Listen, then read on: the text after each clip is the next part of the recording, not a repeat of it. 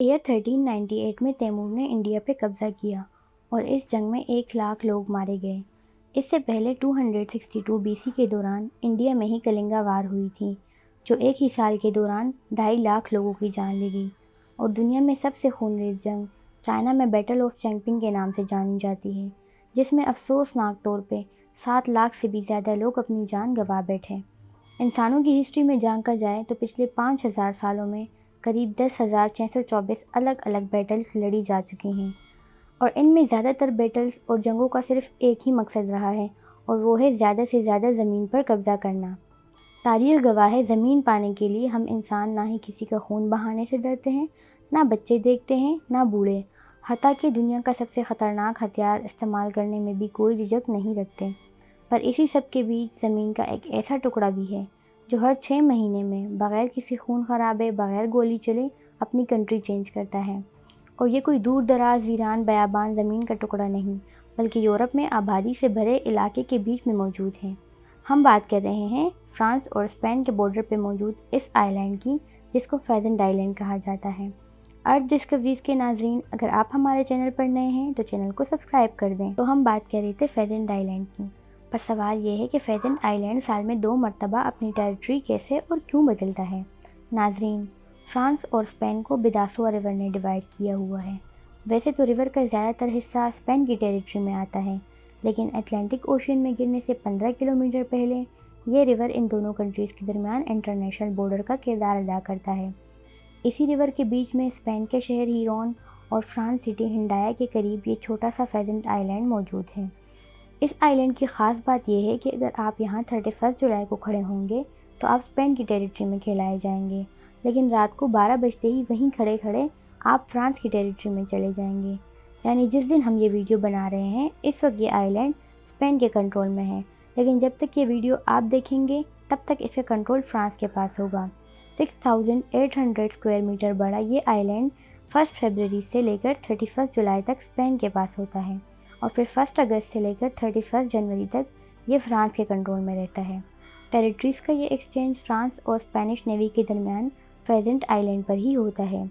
جب تک دونوں ملکوں کی اتھارٹیز یہاں آتی ہے اور ایک سرمنی کے بعد جس کی باری ہوتی ہے وہ اپنا جھنڈا لہراتا ہے۔ آئی لینڈ کی یہ ایکسچینج سرمنی پچھلے 170 سالوں سے ہی چلتی آ رہی ہے۔ آپ کو یہاں بتاتے چلے کہ جب ایک ہی زمین کو 2 یا 2 سے زیادہ کنٹریز چلاتی ہیں اس کو کنڈومینیم کہا جاتا ہے، لیکن فیزنٹ آئی لینڈ دنیا میں ایسا واحد کنڈومینیم ہے جس کو ایک ہی وقت میں صرف ایک ہی کنٹری چلاتی ہے، اور اسی وجہ سے فیزنٹ آئی لینڈ صرف کنڈومینیم ہی نہیں بلکہ دنیا کا اکیلا ٹیمپرل کنڈومینیم ہے۔ بارڈرز کا یہ ایکسچینج ہوتا تو بنا خون خرابے کے ہے، لیکن ایسا ہوتا کیوں ہے؟ یہ داستان اتہاس کے جن کاغذوں پہ لکھی ہے ان کو بھی خون میں رنگا ہوا ہے۔ 1600s میں یورپ ایک بہت بڑی جنگ سے گزر رہا تھا۔ یہ جنگ قریب 30 سال تک چلی تھی، جس کو The 30 Year War کے نام سے بھی یاد کیا جاتا ہے۔ ہسٹورینز کا کہنا ہے کہ یہ ایک ریلیجیس وار تھی، لیکن اس کے پیچھے پولیٹیکل اینڈ اکنامک پرپز بھی تھا۔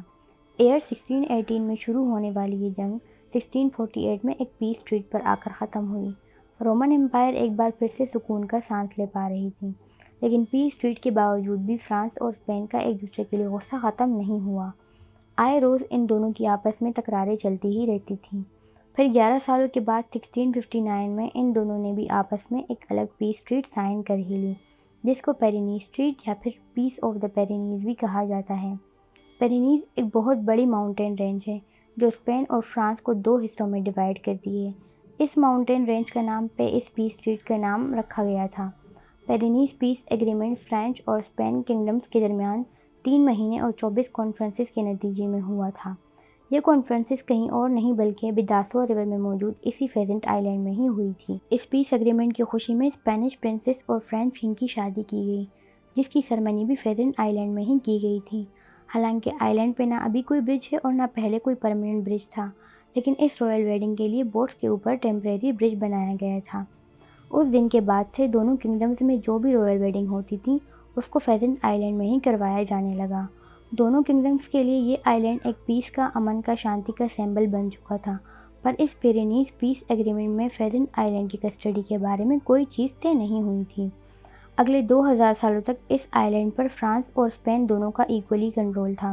پھر 1856 میں ایک اور ایگریمنٹ ہوا جس میں خاص فیزنٹ آئی لینڈ کی کسٹڈی کے حوالے سے کچھ فیصلے لیے گئے، اور اب کی بار یہ طے پایا کہ آئی لینڈ 6 مہینے فرانس اور 6 مہینے اسپین کے پاس ہوگا۔ تب سے لے کر اس آئی لینڈ کی ادلا بدلی کا سلسلہ چلتا ہی آ رہا ہے۔ یہ شاید ہی دنیا کا واحد حصہ ہے جو پچھلے 170 سالوں میں 340 مرتبہ اپنی سوبرنٹی چینج کر چکا ہے، اور آج پورا یورپ ہر طرح سے آزاد ہے۔ لیکن فیزنٹ آئی لینڈ اور اس پہ بنا یہ مونومنٹ پاس میں ہوئی تلخیوں کی یاد دلاتا ہے۔ فیزنٹ آئی لینڈ تو دنیا کا پہلا اور آخری ایسا کنڈومینیم ہے جس کو ایک ہی وقت میں صرف ایک ہی کنٹری ایڈمنسٹر کرتی ہے، لیکن اس کے علاوہ دنیا میں 6 کنڈومینیمز اور بھی ہیں۔ انٹارکٹیکا کو ٹوٹل 12 کنٹریز اون کرتی ہے، اور انہوں نے وہاں 55 انٹارکٹک ریسرچ اسٹیشنز بنا رکھے ہیں۔ سوڈان میں موجود ابیائی ایریا کو ریپبلک آف ساؤتھ سوڈان اور ریپبلک آف سوڈان دونوں ایک ساتھ ایڈمنسٹر کرتے ہیں۔ رچکو ڈسٹرکٹ بوسنیا ہرزگووینا اور ریپبلک آف پیسکا کا ایک کنڈومینیم ہے۔ گلف آف فونسیکا کو ایل سلویڈر، ہنڈرس اور نائکاریگوا تینوں کلیم کرتے ہیں کہ یہ ہماری ٹیریٹری ہے۔ کولمبیا اور جمائکا کیریبین سی کے اس حصے کو آپس میں شیئر کرتے ہیں، کیونکہ جن کنٹریز پہ سمندر لگتا ہے ان کے پاس سمندر کا 200 ناٹیکل مائلز کا ایریا ہوتا ہے، جس کو ایکسکلوسیو اکنامک زون کہتے ہیں۔ کولمبیا اور جمائکا کیونکہ آپس میں قریب ہیں، اسی وجہ سے ان کا اکنامک زون آپس میں اوورلیپ کر رہا تھا۔ تبھی انہوں نے فیصلہ کیا کہ بیچ پورے کیریبین سی پر دونوں کا حق ہوگا، لیکن کانسٹنس پر آسٹریلیا، جرمنی اور سوئٹزرلینڈ تینوں کا راج ہے۔ اور آخر میں موزل ریور، اس میں موجود برجز اور 15 کے قریب چھوٹے آئی لینڈز کو فرانس، جرمنی اور لگزمبرگ نے مل کر کنڈومینیم ڈکلیئر کیا ہوا ہے۔ تو گائز، اسی کے ساتھ ہماری آج کی ویڈیو ختم ہوتی ہے۔ اگر آپ کو ویڈیو پسند آئی تو اس کو لائک کریں، کمنٹ کریں اور شیئر کرنا تو مت بھولیے گا۔ تھینک یو سو مچ۔ اللہ حافظ۔